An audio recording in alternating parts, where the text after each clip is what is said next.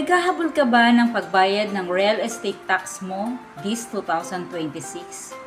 Huwag kang magpanik. But before that, please like and share kung magustuhan niyo po ang topic natin today regarding real property tax. Marami akong tanong na natanggap na ganito. Ma'am, late na po ba ako sa RPT? Anong mangyari? Good news! Mas okay po ang late payment kaysa walang bayad.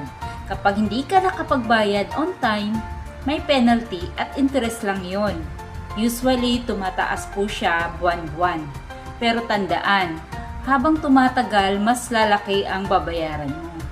Kaya ang best move mo, pumunta na agad sa City or Municipal Treasurer's Office. Alamin kung magkano na ang total. At minsan, may discounts or installment plan ang LGU. Meron ding ibang LGU o local government unit na may tax amnesty. Depende po yun sa LGU.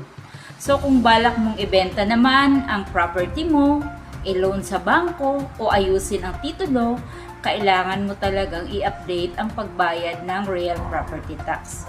Kaya huwag mo nang patagalin. Bayad ka na sa iyong real property tax this year, 2026.